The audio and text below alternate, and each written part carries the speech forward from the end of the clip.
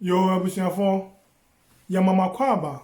edimoba sankofa amasika.gh YouTube channel eso akwantu mu nsem na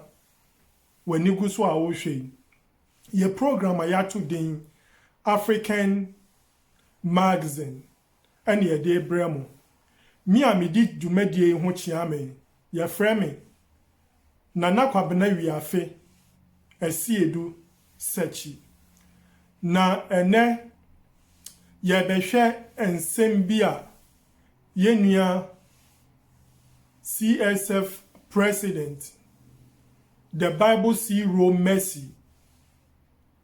enkomodidie enkomotwetwe bi a ekoso ewo Kingdom FM any Kingdom TV ni yenua Abraham Ben Moshe a oda ekua ye friend no common sense ano ensem bi a odekoto udwa na African magazine ewo sankofa amasika.gh YouTube channel yafa a ye bedi ensem no ho abobo ye be baba ensem num ni a kire ya adwen efa ho abusuafo sa program yi a yenya Abraham Ben Moshe ewo sankofa Kingdom TV no mahwe no beye emprensia ana se emprenumuni na die madwen mefa program no ho na me pese me ba mafuem na me be kire madwen afa ho efise misusu se eniema bi ekoso ewo Kristo sumu a yanti ase enu nti na yanti Abraham ene common sense family ase na de me madwen ye me efa program no huni menti ase efa program no huni me nso me be kire madwen na mebisa Kristofo ensemfo bi na yahwe se yebenya ho pomasif bra enti yansemre no moma yenkotie yenua yen president the Bible Zero Mercy moma yenkotie ni nsem a ode tudwa ewo Kingdom TV na yekotie ba menso madwen kire ni minsusu ya me wofa ensam odi tudwa no ho no ma be kire na ma kire de nti a madwen eye mesa no mome yenko tie nia Abraham emra die na yedie no we ka na we yaka na wan kasa so personally what transe spirit onyankopon de ma yen a yetimi e de meditate e de dwen no na so de ahwasem no wan kasa na de ho na wahu ba bia nsunsu ande bode ho beko akogo it's time with common sense family our Kingdom TV and Kingdom FM 107.7 and ne onyankopon hu ye mobo a ya sensin kunwa ye de ebrem once again me din e de okatachi oben mensa me chia Ghana man enyina da onyankopon se so hu ye mobo na emoje di emu afusane na ketrema eda abogise mu menimnua Abraham Ben Moshe a wo free common sense family ono anso ne opani oda no na adwumadi yedi ye de bro wo a otifi a wo hwe me wo a wutie me no nso no ye ne ho na ye because at the end of the day no ye be phone lines no na so do adwen kire ede aba nyankopon hyiraw se o kan ye ho na adwumadi no ekoso na enura enkomo na ye die some of us ye de agitum se Yesu Kristo ono anu nyankopon no se de yasofo ne Bible no akyerɛkyerɛ yen na enura no yewura Abraham Ben Moshe kyerɛkyerɛ se enye saa na nyankopon de ne ho ti se Yesu kura wo ho a nyankopon tumi no enye no bi ni Yesu Kristo na ukan John 1:1 na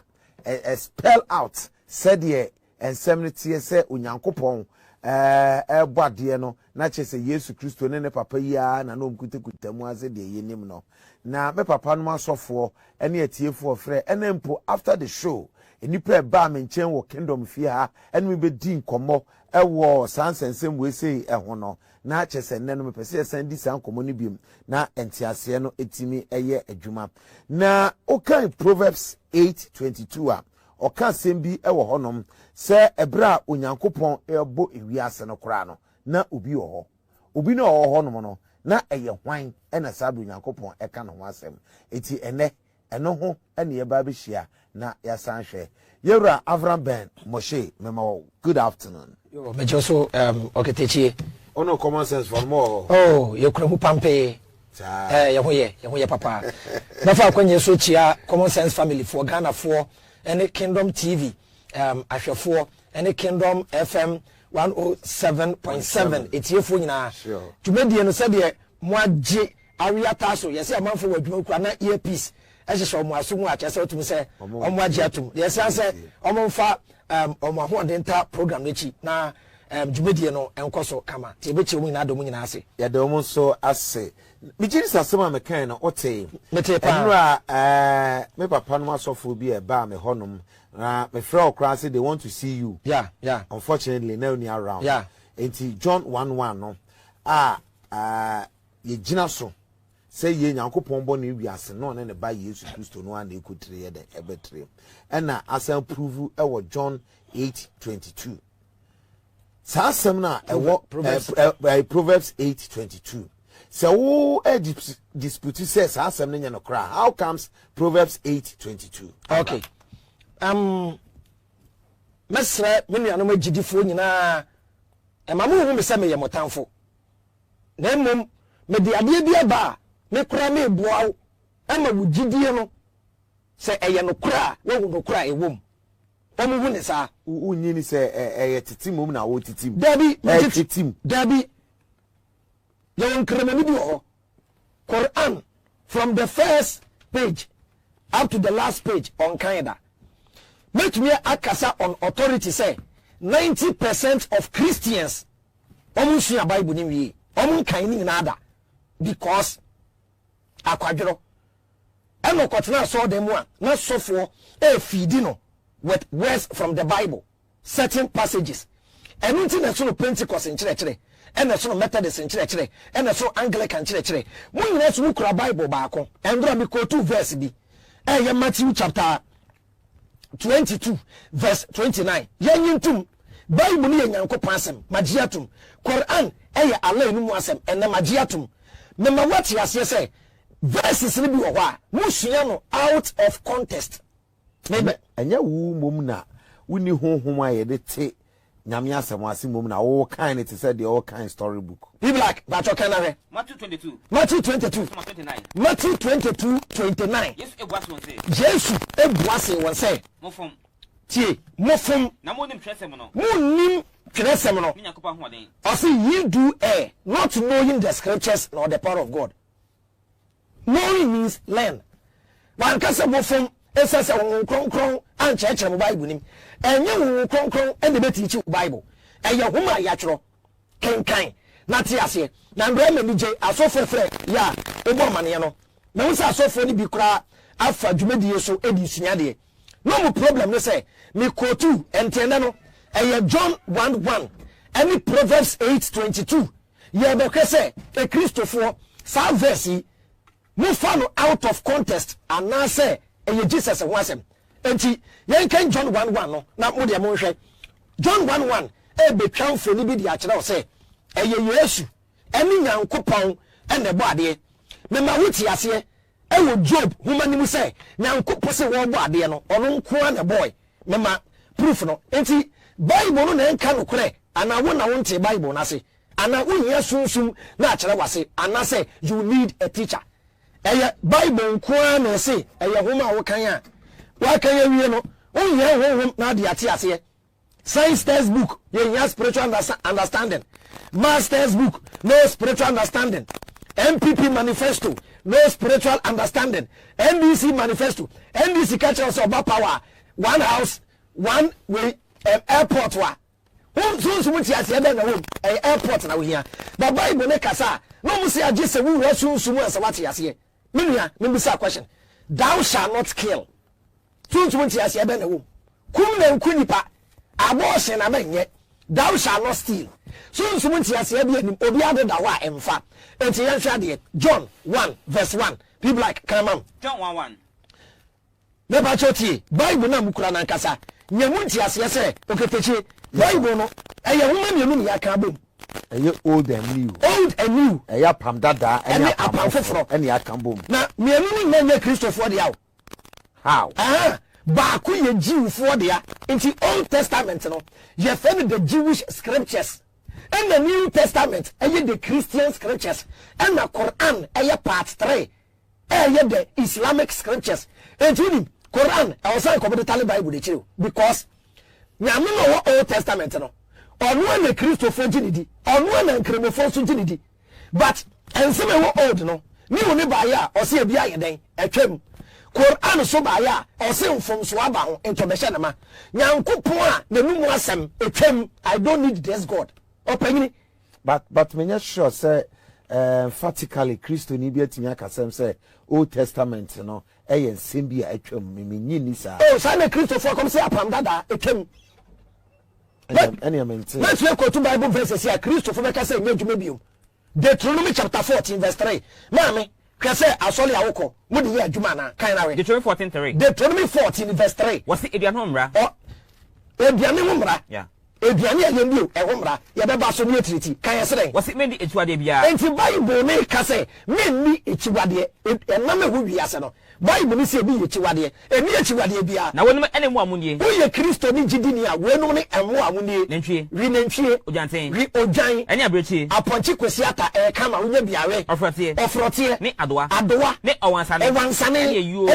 Ene otwe. Ene wotwe. Ne ekuo. Ochira wo namuare. Ene ekuo. Ene abedie. Ene abedie. Na totibo bia wototi a emu apai. Totibo biara a wo toti a na nan no emu apai. Na totimu apai ntamienu. Te se de aponchi ohye no na ntwie so hye bi. A na nan emu apai mienu no. Na opu sa ewo mu no. Na opu eresa ruminant ewo emu no. Wono ena mundie. Sa emu ano ena wo ye gidi nyedi. Na suwe mu de mundi. Na nso na ma ebei. Wo ye gidi ni a enfe bi kura wura wanum. Wono opu sa. Ye we bi mo ho a omu pu sa. Na wona totimu apai kra no mu. Ena bi wo ho a omo nan ne nko na apai. Yoma. Efunu ponko. Bible say me wie efunu ponko. Ni adanko. Me wie adanko. Ni etwaboa. Me etwaboa kusie ni akrante. Me wie kusie me wie akrante. Kristo ni tie. Say we udi adwuma. Ene wa hwe akrante nkwan ma kakra hye fridge no. Kan yesere. Was efrise. Opu sa de. Sa emwa we. Omu pu sa de. Na so totimu emu pai. Na so toti emu pai. Wo ho entima mo. Wo ho entima. Ene preko so. Ene managing director, officer in charge, Julius Caesar AK47, Bogamit enam ida IGP. Ene preko so. Efrise. The totimu apai de. Bible ne say man we preko ne toti emu apai de. Na so opu sa. Na so preko mpu sa. Ne ho entima mo. Preko e ho entima. Mundu wona. Men ni preko na. Na mo kan wo efunu. Ni funu emfa wo sanka. Eni Bible ni. Afei na Kristo ne be quote 1 Timothy chapter 4 verse 4. Old Testament no Nyankopon na akasa. Ni woni be kasa etwem. Kanare. 1 Timothy 4:4. Opagini Deuteronomy 14 verse 3. Wachre enamu a yenre. Ene enamu a ensese yere anameboa. Ene Nyankopon asem. Tie dia Paul be kan. 1 Timothy 4:4. 1 Timothy 4:4. Was Onyankopon agode nyina ye. Me pa chaw. Deuteronomy achre de di ni de mendi. Anameboa. Awe de wakani nyina bom. Paul be ka chaw se Onyankopon abode ano ni nyina ye. Na se de asedaji a. Enti enam no odi asedaji a. Ene heze echi bibia. Ene menchi bibia. Efrise. Wo de Onyankopon asem. Ye de Nyankopon asem. Mpaibo ene te ho. Ene mpaibo ne te ho. Paul so se mama obia enam no nya bompa na we. Nyankopon se mary. Paul say we choose one. You see my problem with the Bible. O se Nyankopon asem a maji atum. Wala uchecheje. Meji tum say ye homa ye moral lesson frame. But baby ni baby ebo ebra. Nti me fa Deuteronomy anase me fa 1 Timothy. Wala ujejeje. John 1:1. Ebe kire say Jesus oni Nyankopon ne bo ade. Na asemi wo Proverbs 8:22. Me ye gidini jaye chinjeje no. Fa wo Bible na hwem anameboa. Kan yesere John 1:1. John 1:1. Was if tiase no. Enfiti ase no. Na asem no ewo ho. Asem no ye Jesus. Na asem no owo ho. Na asem no Onyankopon ne wo. Asem no ne Onyankopon na se Nyankopon bebo ade no na wo bi go ne nchen o kai Genesis momma ya nipa ewo yesu say onu ebinu na edi nkomo cheche say na nkrofo bi ni nyankopon sa na Christopher say abrante na ote wono nte Bible ase nyankopon bo ade no onu ebinu na boy magiatum hwede ba kan na asem ne ye onyankopon na ono na fitiase no onu ara na fitiase no na ono nyankopon no na oni chesa koye mienu na woni nyankopon ho na was enam so na we de nyina enam asem ne so na oye ade nyina wankweti na anya bibia oye wankweti no anya bibia na oye ya cha na chesa Jesus oni nyankopon na ebo ade enu na ndra asofo ni raise argument bi say me can emphatically say there is no verse Mislamo mo share ewo kingdom online no kingdom 107.7 online Facebook for the yeslamo the modiba boy no say mo share program my pachaw oba so no message aba say wo so na nua bi so nya den entie bi say woni online wo hwe TV so a fra woni bi say on fan to kingdom TV na disua bi ya den koso pachaw kan ma me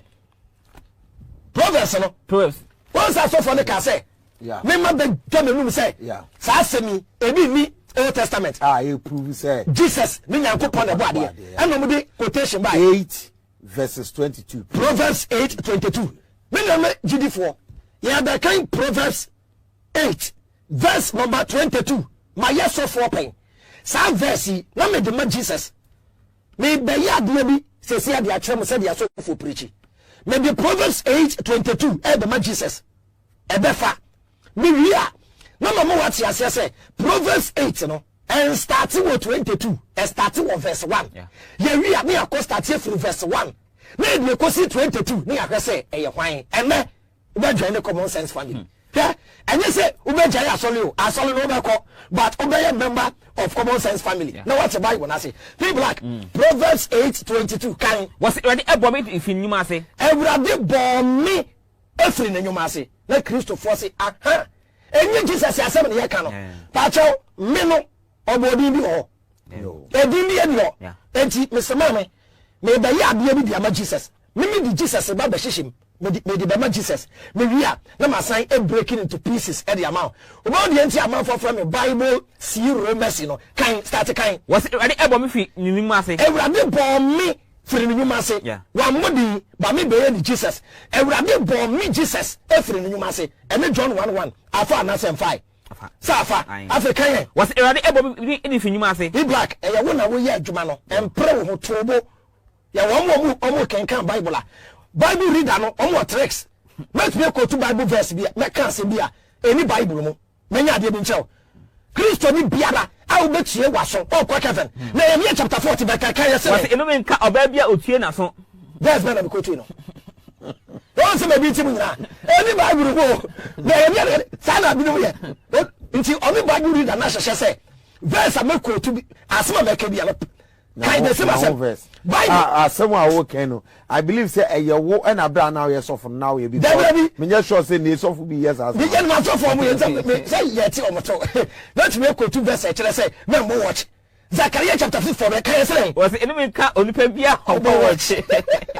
no that's all kan enipa so be ye research into o pa kan tu be na Kristo bi dinam hwe ko to so for you ko to verse o se woni na o watch ya ko ko bu nsam jem na o de nam sa atesem o say wa atesem bi o mo say nyankopon bo Adam no e na Adam ka kire nyankopon say we nyankopon Adam na wabo ne nyina mienu e na me Adam wabo me single man me pemeyere o pagini eni Bible mo eni Adam an ka he timinia e ya desua enti Proverbs 8:22 me de be ma Jesus kan na ge Proverbs 8:22 kan ya say was ready bo me di fi nyuma ase ewurade bo me Jesus me de ma Jesus efiri ni nyuma ase ni nyuma efiri titini mu di kan ni nyuma efiri titini mu edi kan to na odemi fi of titini trade odemi Jesus esi ko fi titini trade pacho enye Jesus ba me de ma Jesus na ka dia sofo ya ama wo enne woni yenye problem no me na me de ma Jesus ye wia na ma start from verse 1 people can remember them was odemi fi of titini trade enyankopon de mi si ko fi titini trade e50 ase e free infiti ase asana asase eba ansana asase eba o de ma John 1:1 afa na 5 amache to na ebulu eni ho no na wo me na mi Jesus wa wo me isutre eba nso pi eni ho no isutre a eba nso pi rivers endi ho na onya fa mepo isi ho ebra nyankopon onya fa people ensisi ho no na enkokwa enya baye no na enkokwa hills enya baye no na wawo me na me Jesus ya wo me na onya nya asase ene nwure mu ebra nyankopon nya asase ene nwure mu na ewiase futuro no ebra nyankopon onya wiase futuro na osese osoro no ebra nyankopon osiesie soro no na me Jesus me na me de ma Jesus na me Jesus me wo ho ebra otwa ebuna ni kontonkron ebra wo nyankopon twa ebunu eni kontonkron wode mu nukum se osoro pinti ebra nyankopon di mu nunkum esense suru pinti ebunu eni wonsu apai denden na ebunu eni wonsu apai denden otwa epohye ebra onyankopon otwa epohye na nso antra na nso antra wode asase fapem eto wo ebra nyankopon de asase fapem eto wo na won nchen na me Jesus me wo nyankopon nchen se ne doba no agro bi mo say abetre TV so say Jesus was any Old Testament enye no be quote no enti Abraham yes it's based upon Proverbs 8:22 here kan ye na say any John 1:1 na eno ame papa no aso for frame ne emu be 5 a nyame adom mutim be do kingdom ifia akra na omo pe wa na unia no I believe say omo I vindicated yeah ti so for kind say ya over bone sem Abraham and Bible ase me so for na ben me ne agidi ni una one kind verse ni ye me quote verse di ma Jesus me start with Proverbs 8:22 number 1 Proverbs eye abebuo ana say eye nkomhye eye ebe enti eye ebe ben Proverbs chapter 8 eye personification of wisdom onye nipa King Solomon but describing answer about the reason why common sense family is powerful. We need the brain, we need common sense, we need wisdom, we need insight, we need understanding to run a nation. We don't need prayers. Open me Proverbs 8 verse 1. Be black. Kind now verse now. Not just say no. Proverbs 8:22 I kind ya. Ya jitum se na chese John 1:1 no ene ni mienu nyina e kan bom chese hu ni se Nyankopon bo na ade one ne ba Yesu no this time around no chere me say obekan free the same Proverbs 8 but me start with verse 1 na ya te contest na se okay onipa all kasa no ono abebo ni din say ye Jesus ya wa wo be hu me ni asofo emfa me ho tan na endura omo ni mi din komo some percent kakra ye nye program ne kakra be 1 month bi o me create platform asofo ne malamfo so ebeba so na say metia mi demenu mi na say also the dia say enu papa na me ma ne kasa na he was ready to sit down with us now o good common sense say grobi na midi kwa timenia e abusia ti asofo no monye ready why kan yes den Proverbs 8:1 kan topic no ne yen kan bibia kan was nyansa e kanfo ne ho o say nyansa ye den e kanfo ne ho nyansa e be kanfo ne ho mimi saw nyansa onye nipa Baby, ye hunu nipa mo nipa. Enti Solomon a personification. Wow, obi ka say hwe akoa no. O kan nyansa. Ye hunu but action when me ya we and share say wajimi na onim nyansa. Opanyini wo common sense family. To obi enti Bible ne kra say, o say Bible ne kra ka say sabe ojimi fumpo omuwa na no a ye bunu nyansa ni because yes akoa wajimi okoi otigodi onkasa evidence bi eni ho agene action enti nyansa e be kasa kan wasi eno enye nyansa ena etie mu osi eno enye nyansa ena etie mu na enti ase e ma ne so understand wisdom understanding insight prudence knowledge common sense enye de ba ku common sense is the basis of all this. Only common sense here, only knowledge, only wisdom, only understanding. Common sense the sense of good judgment. You have to know the sense of good judgment. That's just common sense, no. Sabe, so cool school, so one cool school. So who said, ye did period. Common sense. So we need common sense. How to become a good cameraman. You have to know where to position. I mean, a common sense. Lighting system. Shadow be abana sana eti common sense in the lowest eno abo Africa no kind of was eno enyansa na etie mu eno enyansa na etie mu na entiase ma ne so understanding entiase ema ne so etifi o say so etifi okwan so enkwanta so enagina o say nyansa ogina abrosan so eno gina kwanta ene kwan so ede ntia wo ko baabi na wo koto ekwan ne ensa na nyansa se sesi ane hina abefa na ne wan yela o fa benkum ana fa nifa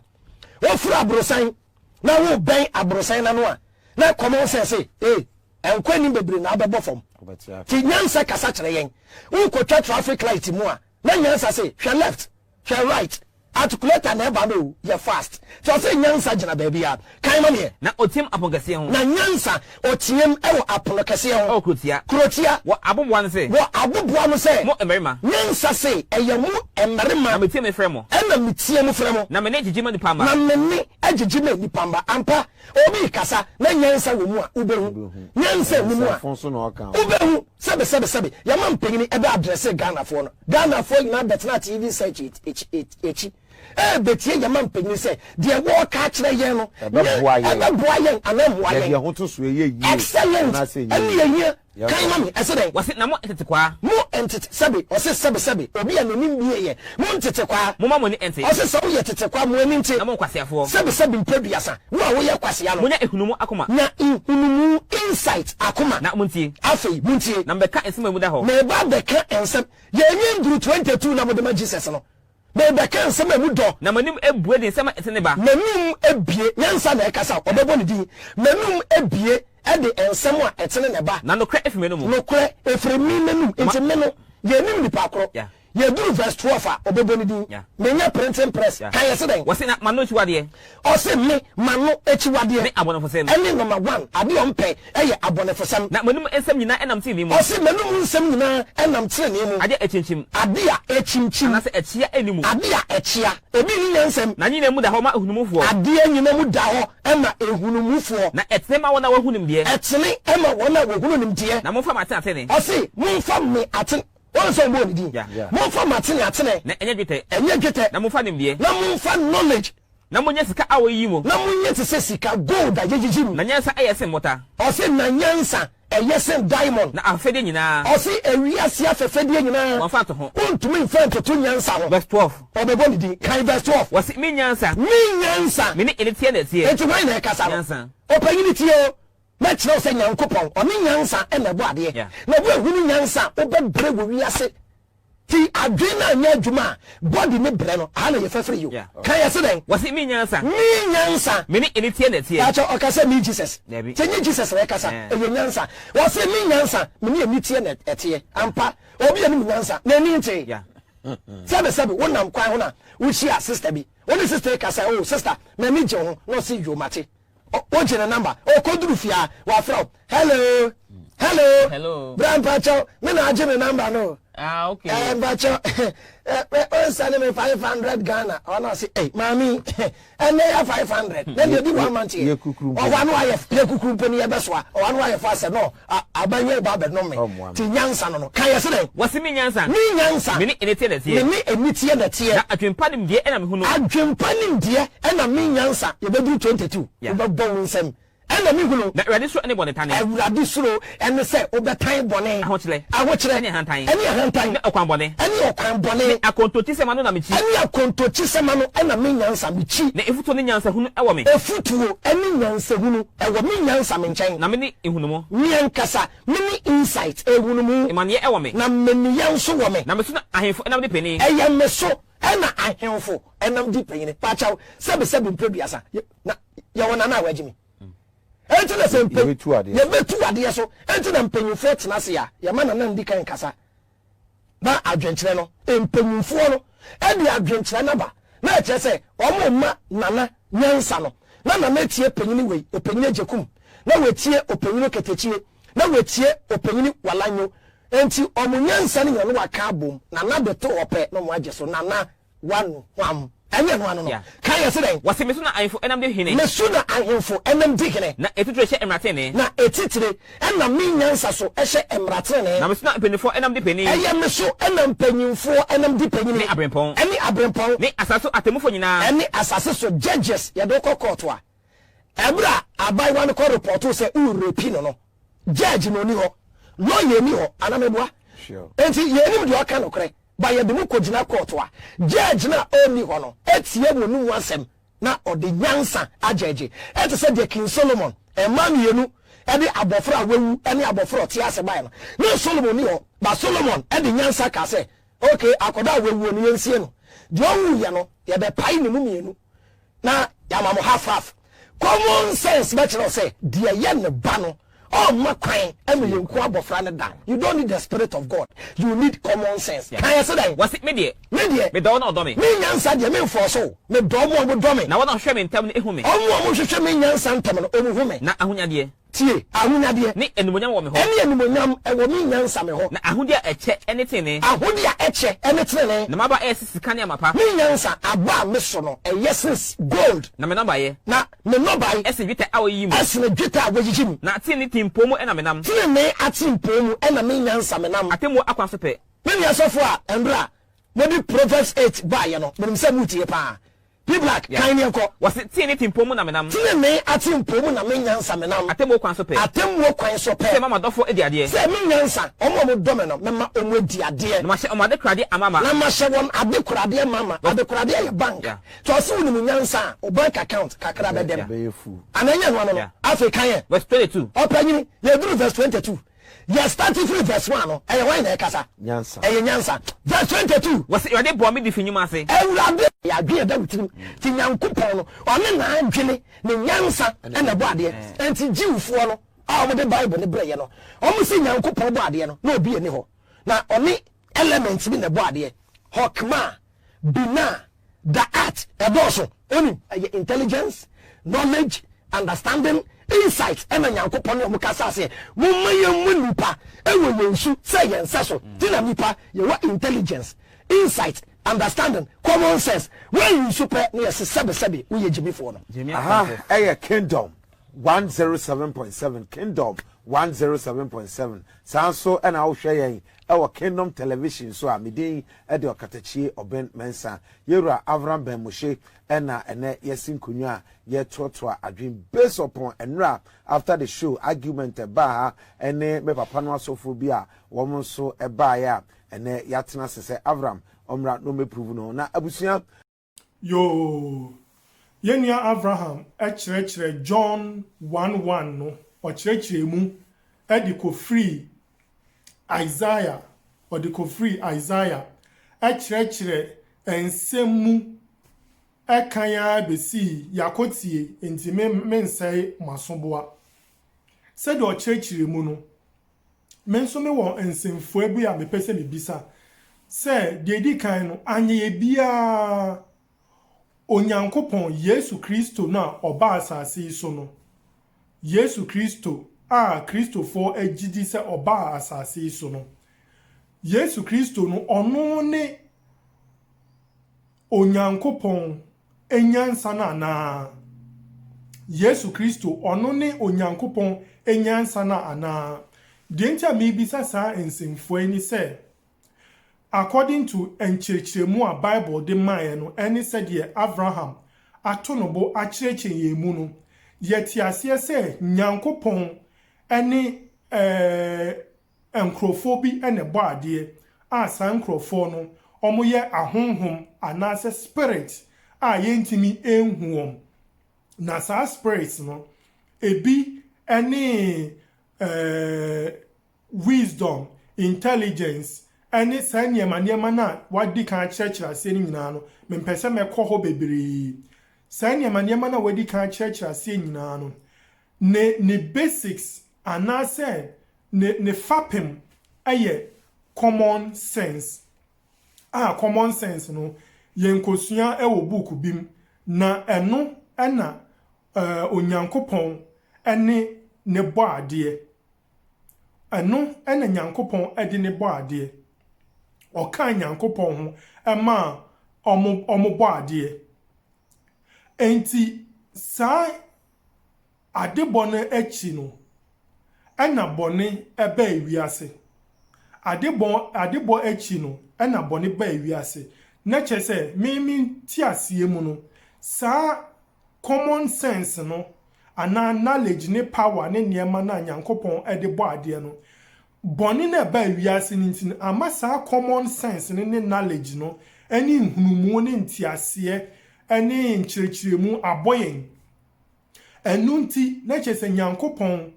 ebe hia se obesuma sankrofo no ananse sa spirits no ananse de yeti ase mu bia no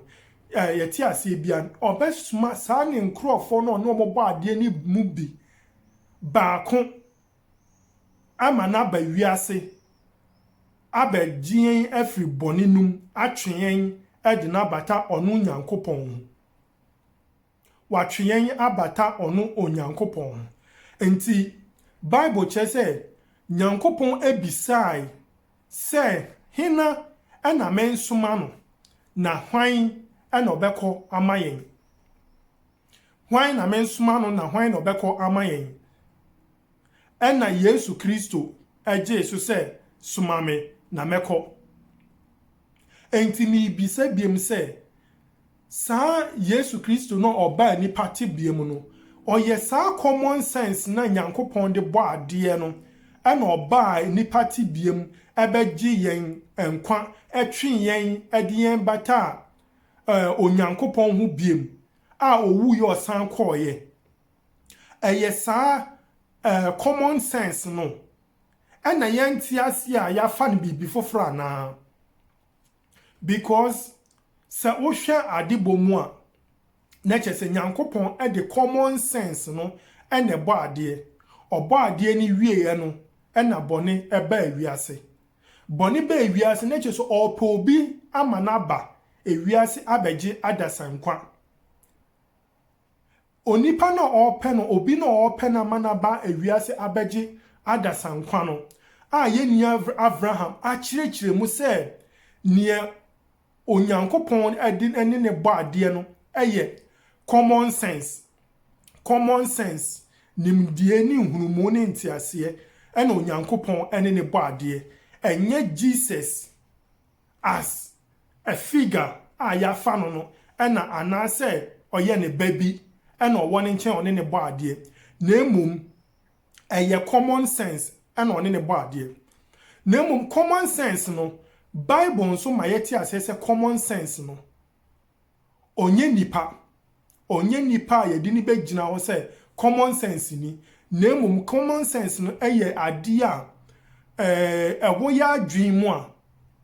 eboa yen ema ye nya entiase eboa yen ema ye nya enhunumu eboa yen ema ye timi ye niema ewo nipa tibie so se uni common sense a obeye oniema ti se sebi aboa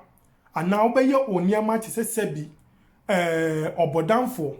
because uni common sense na uwo common sense na eno ne bema enhunumu eno ne bema ntiase eno ne bema wahu se de meyeni obetena se no wasusu ho na wo ne wo ho adi nkomo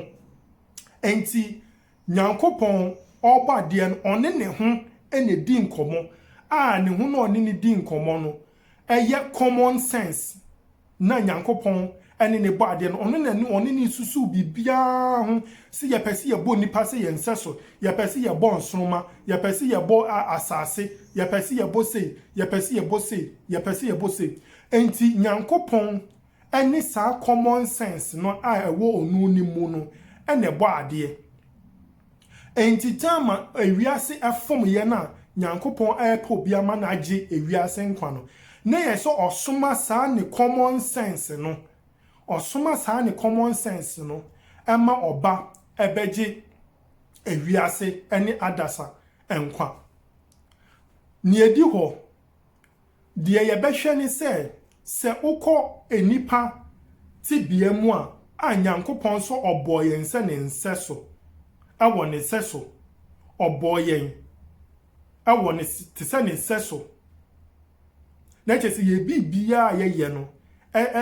gina homa nyankopon se de ohu meno ameno odi nkomwe saa na nyankopon tie because o se oboyen se ne nseso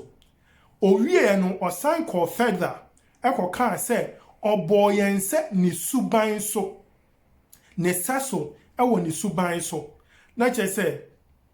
ye kwanimu a scientifically no so no yati ase se there is no organ in the human system there is no organ in the human system a ho and ye be who say what dream common sense ni no bibia ni science mu appointed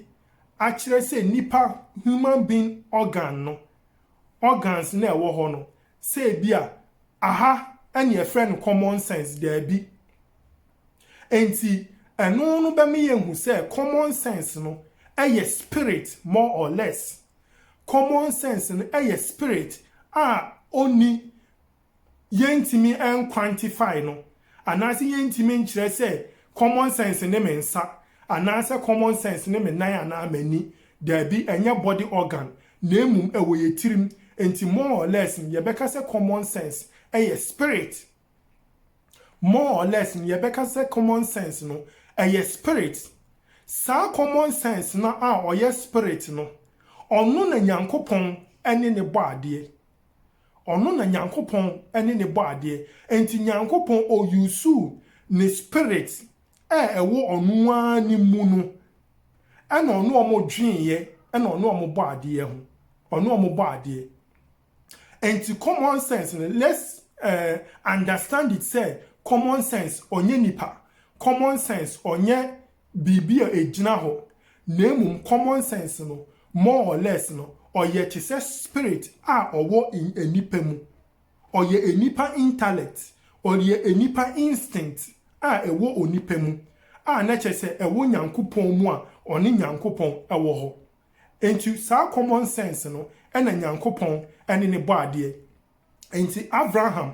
aboayen ababa mu acheche yin mu say common sense na nyankopon anase de nyankopon de ne bo ade no onye onipa bi ye friend Yesu onye onipa bi ye friend bibi onye onipa bi ye friend angel bi anase dabi nemum common de nyankopon ne bo ade no oye common sense sa attributes ni nyina wom knowledge power wisdom instinct de ka ho bia ewom eno na nyankopon edi ne bo ade ene ne bo ade ono na nyankopon ni susu hu ono na nyankopon ene ne kasa wo Genesis say afedie momeye mo nipa se yensu ni yenseso na chese obo nipa se ne seso nyankopon no de sa common sense knowledge ni wisdom any instincts ni nyama ni nyina no adua onipa mu enti me pese yeti ase ewo ho sa se common sense na nyankopon ede bo ade no enye Yesu na emum na ewo nyankopon na ankasa mu ena nyankopon na ankasa ne ho kasa ye se ye mo enipa se yenseso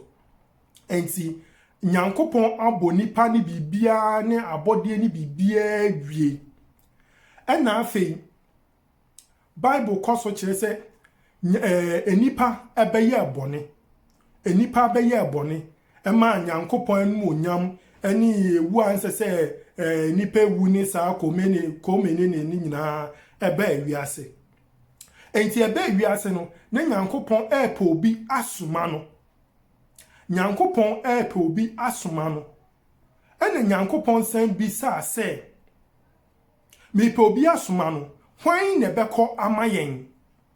again no obi ni nyankopon chen yen kai se no obi ni nyankopon chen ya nyankopon ne kasa nyankopon ne instincts nyankopon ne common sense nyankopon ne knowledge nyankopon ene ne ho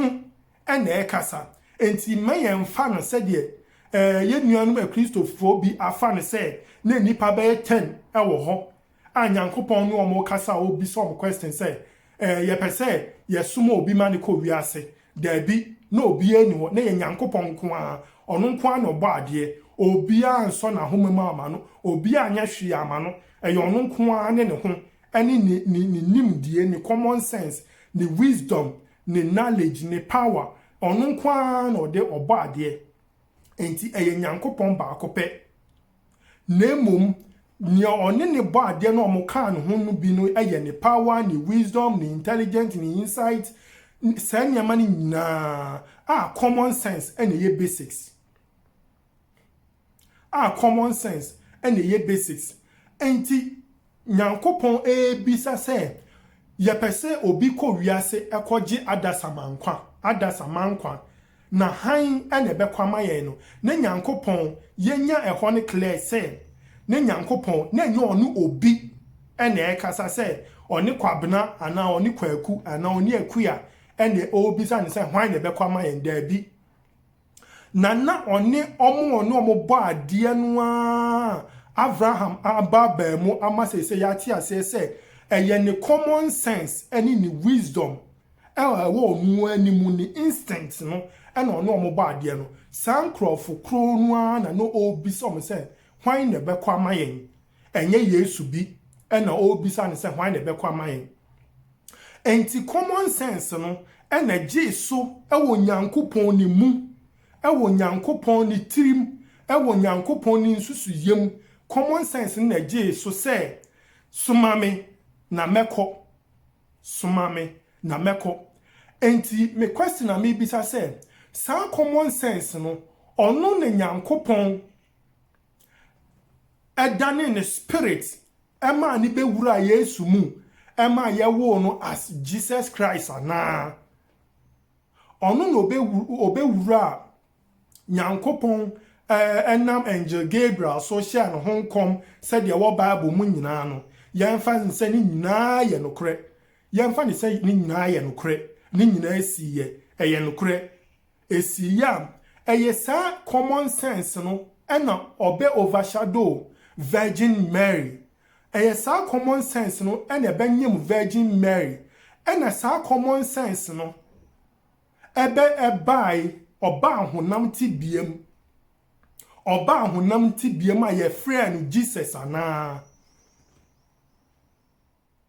mintimi hu se de madwen ye me no a mechira se no se mahwefo mati ase a se ye sa common sense na ewo Onyankopon mu a na hoodin wom ni tumi wom ni bibia wom sa instinct na ye friend common sense no ono na eve overshadow Virgin Mary Virgin Mary ewo no owo no ma obeye nipa ebe eni yen betena ye onu na obekire yen ye betu ni din Yesu Kristo no eye common sense na eni ye personify no common sense no ye ni nipa ema ne ba asasi so ni ye bedi ye anase na enye common sense no na eye nipa bi ye friend Yesu Kristo me mu de kwabena wo bisamia said ya manti ase yeme said ya Abraham acheche niam ase no said ya manti ase yeme no unless say osofu bi anase obi ebesa be cheche mu differently na fe ye de atoto ho but as I stand now no dear metie Abraham yi a ne ncheche no ene anti ase no de maye no na chese sa common sense no ene Nyankopon esuma no ema ne ba as Jesus Christ oni yen be dwele ye no enti Jesus Christ enkwaje no ode ba wiase nyina no eye common sense ena ode menipa common sense ena ode menipa na say etisen because say Bible ni a Christoph Bible kase Yesu Kristo ebe wiase no say onye common sense no obewu ye no wa pepa boni nyina afiri wiase dia enye na ensese boni bia wo wiase bi because se wo de ka 10 cedis no obi suma wo papa esuma obi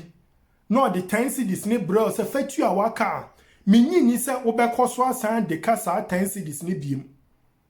menyi ni se wo bekoso de ka sa 10 cedis ne biem sa ka no ebe free ho enti se Yesu Kristo bai neso onye common sense neso ba as human en obewu etua yenka obewu yo ode Nyankopon yusun as ransom a ye di be set yen hu free dia na ensese ye de ka bia bi na ensese boni bia exist ewo wiase bi na ye se boni nyina etwam na se boni nyina ntimi ntwam na se still boni exist dia na adie bi wo ho a ebe wiase a saa de kon no na enipa yenhuye na saa de kon no na Abraham akyerɛkyerɛ mu sɛ ɛyɛ common sense enti sɛ wonya saa common sense no a Yesu Kristo de ba de be preachi wɔ asase so sɛ yampa ɛyɛ sɛ the Bible kyerɛ sɛ or by or exist no or exist no ɛno nso yɛ another topic a yɛbɛkɔ hɔ sɛ ɛyɛ figurative something ɛna nipa bi akɔtena baabi atwerɛ ɛna ɔma personify common sense ɛde na mayen sɛ Jesus Christ ɛno yɛbɛkɔ hɔ but ɛnɛ we are looking at the whole thing holistically sɛ ampa Yesu Kristo bae ɛna me kyerɛ sɛ Yesu Kristo na ɔbae no ɔyɛ common sense na bae enti ne nkyerɛkyerɛ no nyinaa no na kyerɛ sɛ udi ne common udi akyire a na wonya saa common sense na wonya saa wisdom na wo ho bɛtɔ wonya saa common sense na wonya saa wisdom na wo ho bɛtɔ again yɛnhwɛ biribi wɔ Bible mu tama Yesu Kristo ɛsan akɔ no owu sɔre ya ɔkɔ no ɔka sɛ ɔbɛsoma biribi ama nipa adekon no aba yɛn nkyɛn na saa adekon no ɛna ba yɛn nkyɛn a yɛbɛnya ahoɔden yɛbɛnya tumi yɛbɛnya sei yɛbɛnya sei saa adekon no ɛma yɛn so ɛma yɛnya saa deɛ na ana aba yɛn so ɛna nipa bi use saa common sense no use saa common sense ɛne ɛde build ɛde ayɛ nneɛma bi ɛbɛboa yɛn wɔ asase so because say yɛhwɛ common sense a knowledge ne bibi afiri ma saa common sense no na brofo bi use before bi use a ɔmode tro books ɔmode tro scientific books ɔmode yɛ inventions ɛyɛ common sense a ɛyɛ basics no ɛno ɛne nipa ɛde kosua knowledge ɛno ne nipa de sua bibia a ɔde yɛ inventions ɔde yɛ cars ɔde yɛ bibia ɛma yɛn ho tɔ yɛn wɔ asase so ɛno na ɛma yɛn ho tɔ yɛn wɔ asase so enti saa common sense na ɔbae as Jesus no sɛ yɛti asɛ sɛ saa common sense no na ba as Jesus na ɛna Jesus Christ san akɔ no ɔso ɔbɛsoma obi ɛma naba a ɔbɛyɛ ɔno ɔbɛyɛ yɛn ntam gyinafo a yɛde bɛkɔ yɛgya ne nkyɛn a yɛbɛtumi di arisen yɛbɛtumi ni yɛnya fahodi enti saa fahodi no waba saa deɛ Yesu kaa sɛ ɔbɛsoma no manaba as Holy Ghost Holy Spirit Holy whatever name it waba nese waba ɔno ne common sense na ɔno ɛne edi n'akyi a yɛbɛnya wisdom a yɛde bɛyɛ enuro ɔno ɛna sɛ yɛtie n'asɛm yɛbɛnya wisdom a yɛde bɛyɛ build cars and armor cars aeroplanes bibia wo wiase bia phones whatever bibia you can think about no ɛyɛ saa common sense no na ɛba yɛ so a ɔno ne saa Holy Spirit na Yesu ka sɛ ɔbɛsoma no na ba ne nkyɛn na because medikan kyerɛ yɛ sɛ medikan kyerɛ asɛ sɛ onyankopɔn common sense na ɔka sɛ ɔne ne bɔ adeɛ na Abraham akyerɛkyerɛ mu no ne ɔne ne bɔ adeɛ no ɔno ɛna mimi nsusu yɛ mu de ɔsoma ne ba yɛ nkyɛn as Yesu Kristo ɔno common sense na ɔsoma ne ba yɛ nkyɛn as Yesu Kristo fine sɛ yɛte hɔ na se a anaasɛ yɛnte ase na obi wɔ nkyerɛkyerɛ mu foforo bi a ɛno nso yɛbɛhwɛ hɔ but yɛte hɔ na se sɛ deɛ mekyerɛkyerɛ mu no a ɛne Yesu nso kɔ no ɔkaa sɛ ɔbɛsoma yɛn obi ama na abɛboaboa yɛn ɔbɛsoma obi ma na abɛboaboa yɛn na deɛ mepɛ sɛ mebisa ne sɛ sɛ adeɛ no Holy Spirit Holy Ghost ɛdɛn na Yesu kaa sɛ ɔbɛsoma ma na abɛboa yɛn no ɔno ɛna waba a wama nipa enimdie common sense nipa dia build cars nipa dia build mobile phones nipa dia build internet enipa dia build broadband, enipa dia build Wi-Fi, Bluetooth, all light bulbs, and then sa common sense na abaye mu enipa dia build say niema no. Na sa common sense no nso na mebisa say abrofo no ate ase yie a omu develop more na omu nkoka say bibia wo asori dem no ana. Because ye hwe Christosuma ebi wo baabia, ebi wo America, ebi wo Ghana, ebi wo ebi wo Nigeria, ebi wo baabia. But yenye bibi mema yedi yen ho ato Yesu Kristo so a yenhu ne se Yesu Kristo eye common sense. Yenhu ne se Yesu Kristo no ono ane common sense no. Enti ayesi ye hwehwe common sense e kira kwan. Na yenhu ne se yan hwehwe common sense e kira kwan. Na emum ye behwehwe Yesu Kristo a yenhu no because wasoma na adekon no mama ba ye nchen ena sa adekon na wasoma na mana aba ye nchen no eye common sense which is the basis of wisdom, understanding, knowledge, power, bibia sa adekon no na yenye bibifo no yenhu enti mi bisa se eno na brofo no ehu a omo use sa common sense no a eye Holy Spirit na eti omumu no eno no omu use a omo de build bibia omo de yo omukrum kama omo kwasori but they don't go to church. Omo nkwasori se omo kohwehwe Yesu Kristo bi,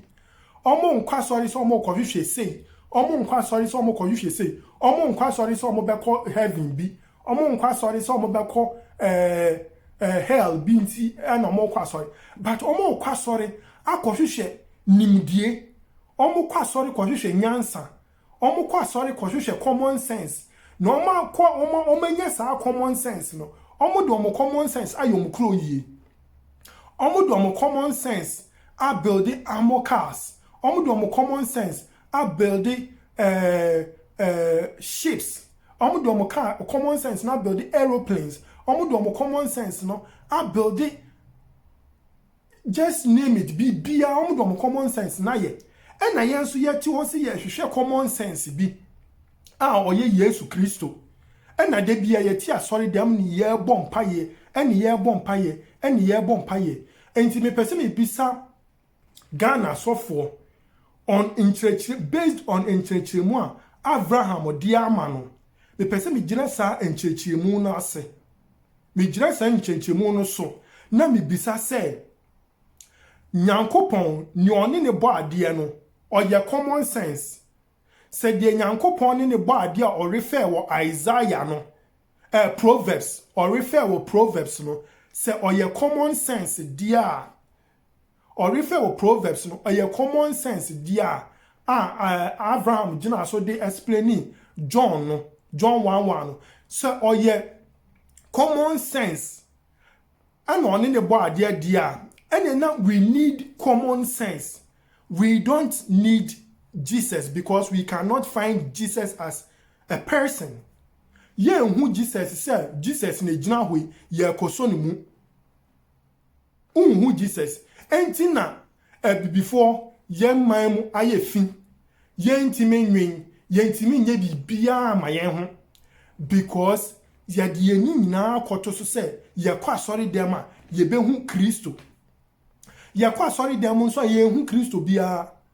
Ye kwa sorry dem a ye hu nipa bi o gina ho say mini Kristo. Ade anka yesi ye ku hu wa sorry dem eye common sense. Kotiasie konya common sense wisdom. No wetimi dey analyze. No one who say meye say ama me ho, meye say ama me ho, meye say ama me ho. Sa dia no ye hia enti me sire Christopher na say moma ye nyina yen hwehwe common sense e kira kwan ni anyan say ye hwe Kristo ye hwe Yesu ye hwe we wa sorry dem ye hwe we wa sorry dem ye hu no ye hu sa de ye hwehwe no enti and churchill na Abraham de maya original proverb so original proverb edi bibi mu baba mu chirechire mu me mu da ho fine se nyankopon one common sense na bo ade one nimdie one wisdom one power one intelligence one no na bo ade na nya one Yesu bi se de John 1:1 no kire no na bo ade no saa na se ye no kure se nyankopon asmo obi ma ne ba wiase a eye common sense no ono ane ne ho ono ni instinct ono ni wisdom ono ni common sense na omo wo ho firi mfitiase no ono ne kasai se boni dos wo wiase ye pe obi asoma no hwan ne beko na common sense Jesus se meko enye Yesu na Jesus se meko enti se ye fan literal se ampa common sense be wiase ye personify no dia common sense ne be butu obebua Virgin Mary so ema ne wu nipa bi be wiase nipa ne ye friend Jesus enti onipa ne ye friend Yesu no oye common sense enti abusuafo mo menyan hwehwe common sense kira kwan na bibifo ya ka kira che mo menyan hwehwe common sense kira kwan ni yemfa common sense and build your mind yemfa common sense and build your kuro yemfa common sense and ye bia ye hia common sense e be che o se entutu omonia common sense e be che o se enkofa unia yire common sense e be che o se enkofa poncheto common sense e be che o se yesei tutu niama sei yesei common sense ne be che o kwan no Nanya common sense no ni Yesu onchro obia kwan. Yesu onchro obia kwan because enene na me no ka say wo hwehwe Yesu a unhu no. Wo hwehwe Yesu a unhu no. The energy na wo behu. Energy no ewo ya dwen mu. Eno ne common sense eno na behu. Se ye be fa ni so oye energy anase ye be fa ni so oye spirit anase obefa because ye hu no. Enso owe mu enti ye fa ni se oye energy bia owo ye mu a oma ye ndwen oma ye hunu nyansa oma ye reason up dia ye hu ni se oye energy anase men kan so oye spirit ye energy ye hu ni se oye spirit anase oye energy dia ene ne busuafo ye hia common sense ye hia Yesu Kristo se de book bi edu obi a shem so ye Yesu Kristo enti yan hwehwe na kira kwan no efri titititititi a Yesu Kristo efri system no mu a ye kiro Bible no edi brain se obi wo Bible mu a ye friend Yesu Kristo no obi eni ho wo Ghana owo wiase afa na nyina wahu Yesu da ewa sori dem ni na ye free bibi dreams ye free bibi daye suni niema ena obi se o me so daye mi hu bibi kanea bi beto me so eti se Yesu Kristo obi ehu Yesu Kristo da obi ehu se Yesu Kristo ni me ko ne nchen da di obi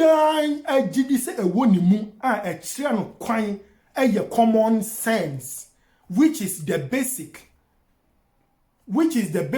common sense no enye no na eye bibia na emum common sense no ene ye basis a ebemu wahu knowledge a oba akosua no school mu enu na ebemu wahu technology a oba akosua no school mu enu na ebemu wahu se ahunidi bibia hygiene medicine bibia you can name it eye common sense ene ebemu wahu eye common sense ene ebemu wahu na emum common sense na kasa de o hwehwe na unhu no enti Christopher I would like to me pese ye broaden your thinking. Let's broaden our thinking. Ni hu say common sense no de ye nsua wo baabi ye nkosua common sense wa sorry dem ye unko school no akonya common sense ni ye basis efiri wu mu ye de wo ye ball no na ka ho And with that common sense, na wo tirimuna ye ni baby a wo na me car invitation me car say ye be fa ni say spirit and say energy no with that common sense no e na betimi dia akọ school akosua knowledge ubetimi dia akọ school akosua science ubetimi dia akọ school akosua mathematics ubetimi dia akọ school akosua chemistry biology agriculture ubetimi dia akọ school akosua building and construction ubetimi dia akọ school akosua bibia ye no wiase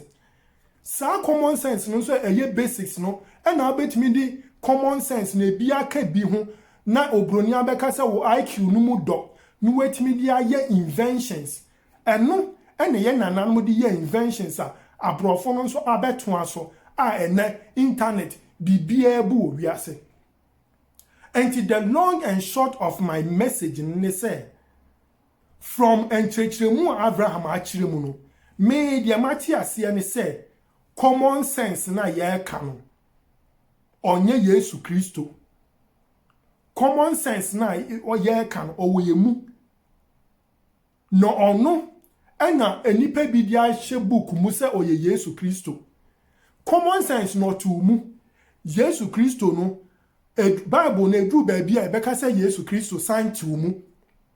and no kra should give you some amount of level of wisdom no one who say Yesu Kristo na oye nipa no so obetimi abetena mi mu de na kwan ben so na obefa so abetena mi mu oba abetena mi mu e wo matrim madwin mu na Yesu Kristo ba abetena mu enye makoma mu se de enipa bi kirase se Yesu Kristo ti wakoma mu Yesu Kristo oti utrim oti wadwin ono ne common sense no ono ne common sense na mfitiase no obo ade no de bo wiase ono ne common sense no obo ade de bo bibia se ye fa ne sa ampa bone ba wiase a na obo ade no suma obi ma ne ba wiase a eye common sense no obo ade esuma no e ma ne personify no ebeye Yesu Kristo na owo Bible mu no enti common sense na be gi wiase nkwa common sense no na we trim common sense no o kire yen die ebeye common sense na o kire se yenye sika yemfa bi ntu ho yenye sika yemfa bi ensi adan yenko school yenne yanwo ni anore eye common sense na kire because uni common sense a nwen kra se eye so okoware uni common sense a nwen kra se eye so okoware uni common sense a your life is shattered enti abusuafo mo me enti dia Abraham o kana se me dia me madwini me enti ase ni abusuafo anyame nkwa na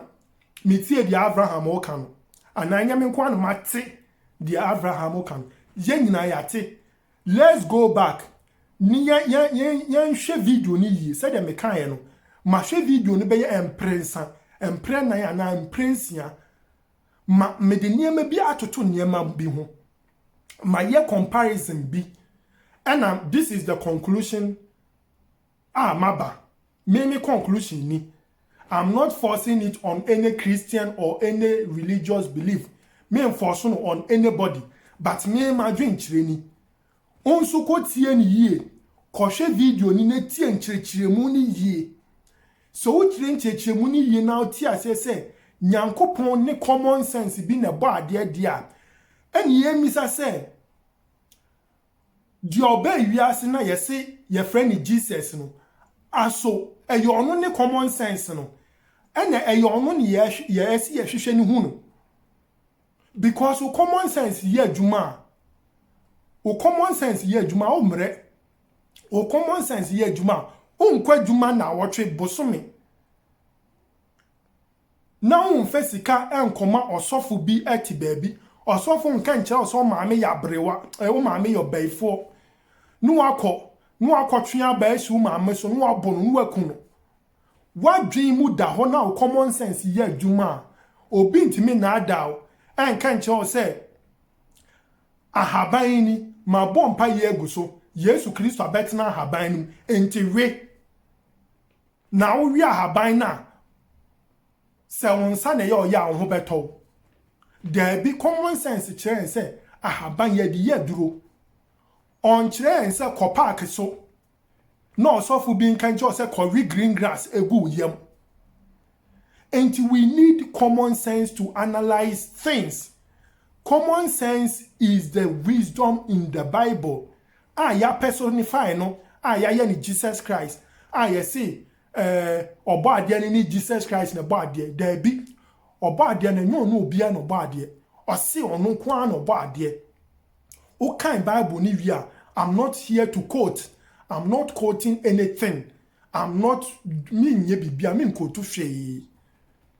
Ni nyina wo Bible num a Christopher mu nim de amekan say ntro a mon kan chame say ntro. Nyankopon so onu kwa no bo ade. Enti sa oma ye de na akoka no so oye Yesu Kristo oye wei no bie ni ho na eye onu Nyankopon no bo ade no one ne ho ene ni instinct ne common sense ne power ne wisdom ono ena one omobo ade ena obo nipa se ne seso obo ade ni wiye no obo nipa se ne seso ene ni suban so enti se Nyankopon suban mu no wisdom common sense ewo mu dia enya na me so me no so common sense ewo ye mu enti ye wo common sense we ya what else do we need Nyankopon anka nche se ni suban so Yesu Kristo ka ho Nyankopon anka nche wo babia se ni suban so na obo nipa no na Yesu Kristo e ka ho enti wo ba wiase sorry wo ba wiase a uhia Yesu Kristo ansana why complete dio uhia ebe mo why complete eye Nyankopon common sense na eye wisdom no e na uhia ma me fancy ya men kasa men kochi Abraham ben Moshe mi tu chema ubie ya dream more ye koso etie ni owo kan yie analyze ni yie a ye beti ase ni enipa hia common sense mesra mo madawo mo me support Abraham ben Moshe na on kire ni pasi ye hia common sense ye hia obi a de na hye Bible mu si e frɛ no Yesu Kristo ye hia obi a de na hye Bible mu si e frɛ no Peter, Paul, John, Isaiah hi ye hia common sense a ono obo ade ne bo ade sa common sense no na ba yen so a yen so ye betimi aye creative yen so ye betimi a replicating obo ade no yen so ye timi aye anyama bi ama yen ho ama ye setena mu asi yi ama yen abusia for me damase se video ya me ye yen so wani je ho a mesra se yen page sankofa amasika.gh ewo YouTube channel so no ko subscribe ma yen akwantu mu nsem na wotie ye program ya tudin African Magazine madika kasa African Magazine so no ye hwe ensem ekoso wo Ghana na wiase afana nyina bibia be ti se ye koso wo wiase afana bia sabi ese ye ni ye tiefo ni ahwefo eche no ye beba abeche ni aba mu ye baba abeche ni aba mu na ya fa afutuo afirim enti abusuafo mo sremo mo yemfa afutuo a ye nua Abraham ben Moshe the brain say ye hia common sense and ye de akoyenim wadawo ma wo hwe me video na on subscribe to me YouTube channel na ye friend sankofa amasika.gh mesra mo madawo ma no akoho no akọ subscribe amayin na wo ko subscribe mayen no amia adoma no so umia adoma no so se de bia me ka se ebeje gengran no ampa umia so a ebeje gengran ye video bia na chese wanya bia ahwe Abraham ben Moshe oba ade ne nkan ho oma onyansa oma ahoden oma more common sense and wisdom never Bible num church mu mayen na before ewiase yen who say we need common sense. We need common sense. Common sense no ba de ne de bo ade. Enu na hia ne bema ebibi man so abeye te say America. Enu na bema ebibi man so aye say Australia. Enu na bema ebibi man so aye te say Asia. Enu na bema ebibi man so aye te say Europe. Sorry. Enu na bema ebibi man so aye te say Europe. Enya Yesu Kristo owo Bible mu. Ana Nyankopon bi o hye Bible mu. Ena obebo abibiman emani bibiman abaye te say Europe ni America ene de keka ho. Medamase. Mia mede afutusem ene enkuranhyesem yibra mo no. Ye frame Nana Kwabena Wiafe esi edu sechi. Se de me kire no se wani je video yin ho a ko ne ko subscribe ma me ne press adoma no se de be ya me ye video bia obenya bia hwe oba ade nka ye ho oma ye nyansa oma ye entiase na oma ye enhurumu ne ntimi emfe hu ye nim ye ntimi emfe hu daache ne ntimi emfe emwa yen na ewiase enye de ema yen abibifo because as it stands now yen ni akaichi yakaichi medamase oba ade nka mo nyina ho mo bibia bye bye.